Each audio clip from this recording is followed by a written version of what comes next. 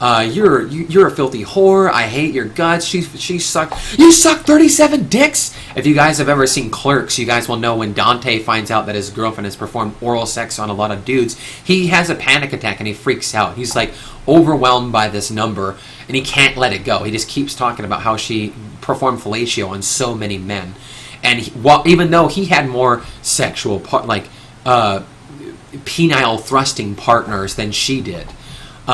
Which is really ironic, and in a case of, if you want to say, inverse sexism, maybe, or sexism playing the power dynamics playing around in the sexual reality. So we know and then we can talk about sexuality and the attractiveness of people. We went over this in our last podcast, and when we talked about why people, how relationships are formed, how bonds are formed between two people, and how attraction is handled, how it's stimulated between two individuals. Okay, and we talked about the halo effect. Now, the halo effect, all right, the halo effect is when you perceive an individual as being like smart, funny, or they're good looking. So everything about them seems better simply because they're good looking. People statistically trust better looking people. Better looking people that are typically found to have they have asymmetrical faces. They don't have deformities. There's tends to be cultural standards on beauty, but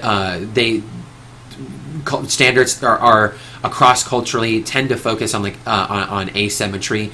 They like those faces. Rounder faces are a little bit less threatening than sharp angled faces. They're not seen as threatening, and so you can see how the halo effect plays into sexuality and why that influences behavior, why that influences thoughts. So you could say that in a very real way that sex is power.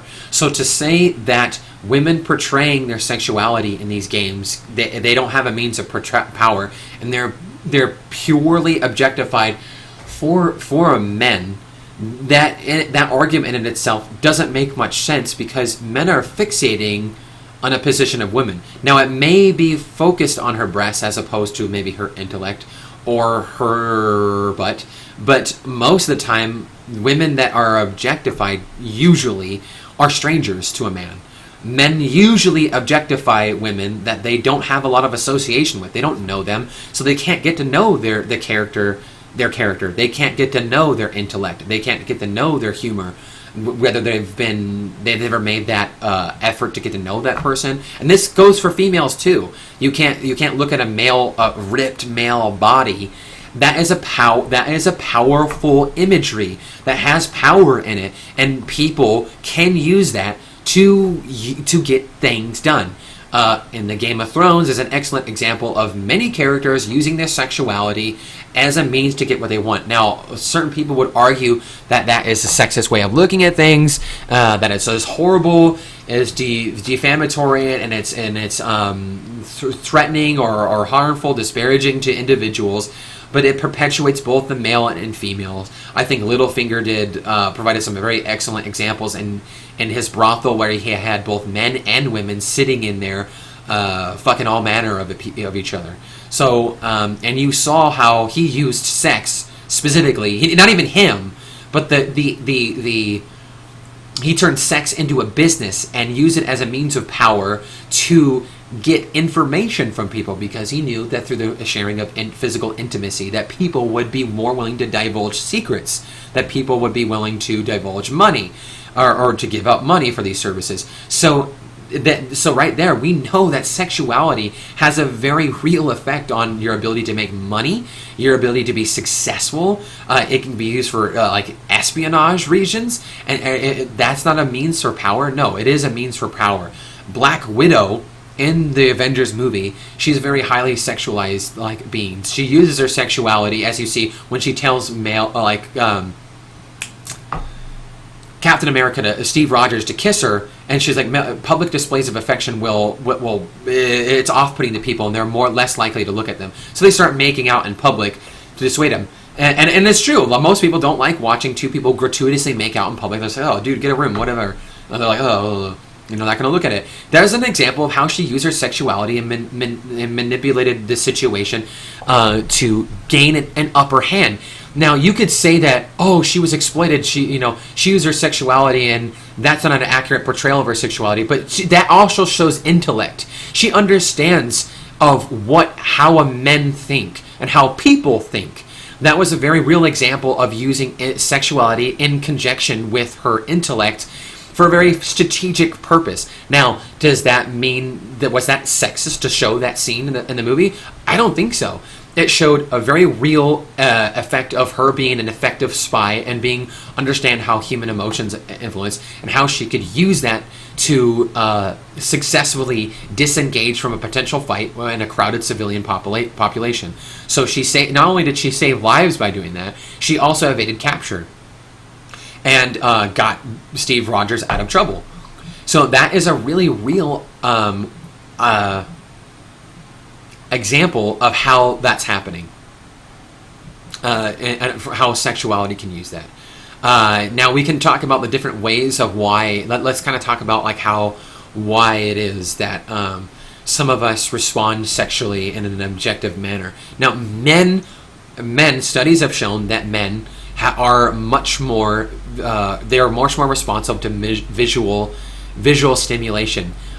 We excel at visual motor skills, hand-eye coordination, things like that, like sports. You'll see a lot of men that's why men might be better at sports. That doesn't mean that they're better. I'm not saying that men are better at sports. There's a common assumption that their strength, their physical prowess, and their strength grants them a competitive edge. That doesn't mean they're better. It just grants them a competitive edge against their female counterparts. That being said, women are naturally intuitive towards feelings, so they might gain a competitive edge in communication. Now, if you can say like, oh well, communication's not as important as sports. I don't know what the fuck why you would make some kind of allegation like that, or make those discrepancies between those two things. But we all come with a set of certain talents, and I think trying to discount those things is just not true. Women are actually biologically engineered to be really good rock climbers. Why? Now, rock climbing is also oftentimes they're alleged that you have to have a lot of upper body strength, and it's true. You do have to have a lot of upper body strength.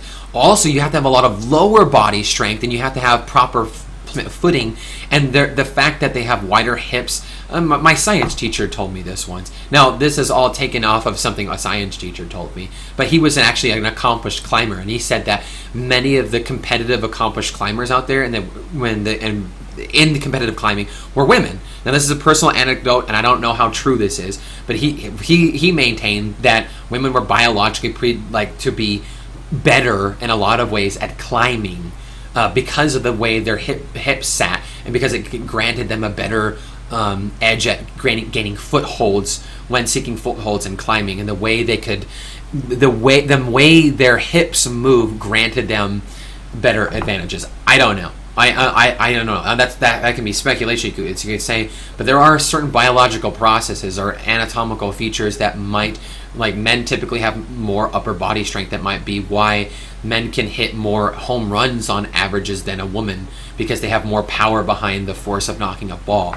You can allege something like that. Now, like again, it provides a competitive edge. Does not mean that they're necessarily better.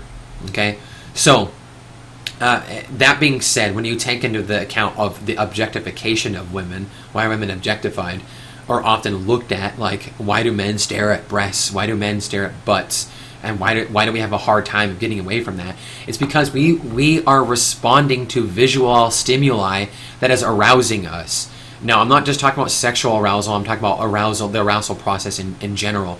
That's why men, again, hand-to-eye coordination things, and why you'll see a lot of pro gamers are men, dude, because they have developed those visual that connection between visuality and their motor functions. Okay. So those visual pathways and their motor skills and their CNS, their central nervous system, are connected in different ways that maybe a female does. Again, grants them a competitive edge. Also, it plays into our role of why we may be turned on to visual stimuli more. That might be reason why men typically more than women typically, okay, That is not saying that it's not indicative of every single person in the population, but men tend to be turned on more by visual stimuli. Men tend to have gazes that linger or caress, as Sarkeesian said, across the female form for a very real reason. We respond to that visual stimuli. Now, why? This is a biological function, okay? So, in a sense, men are displaying an adaptive biological process that is innately built into their biology, their genetics. Okay, now your genes, through the role of evolution, it provides a genetic heritage that influences social, sexual behavior, as well as producing the offspring, as well as okay. Oh yeah, okay. Sorry. It says the role of evolution. Genetic heritage influences social and sexual behavior as well as anatomical features. These attributes, granted by these factors, are increases in an organism's chances of surviving to reproduce offspring, and then the ones that survive carry over these dominant genes, and they're transplanted to future or transmitted to future discrimination. Not discrimination, to future generations.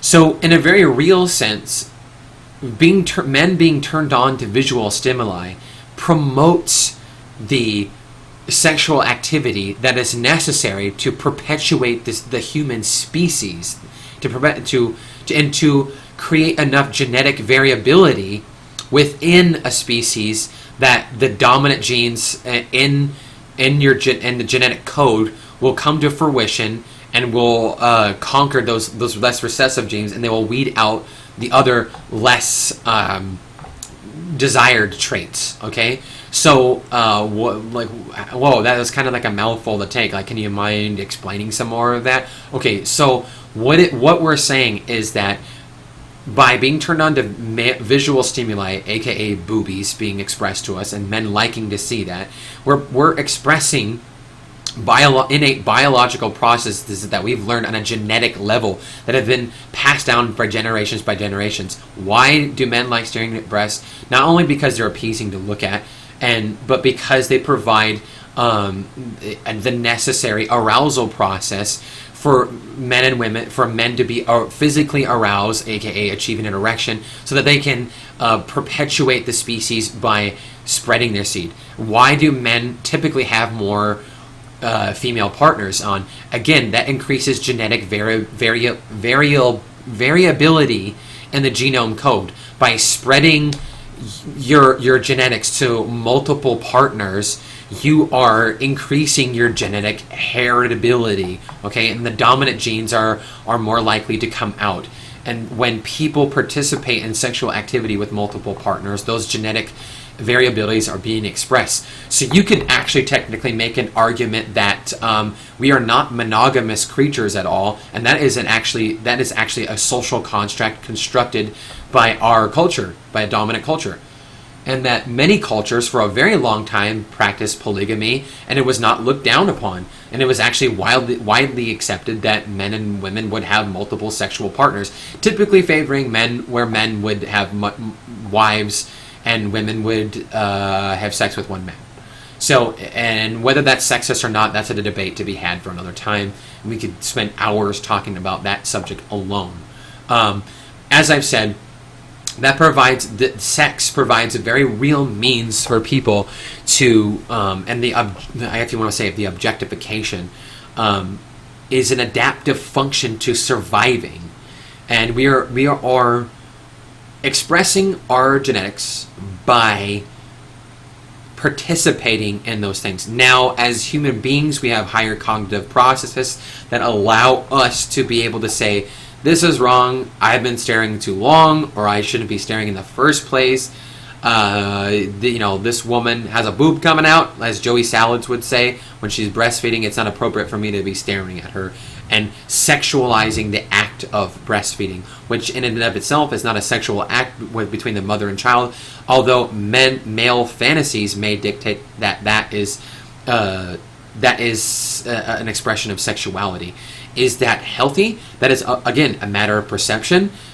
Men and women enjoy different fantasies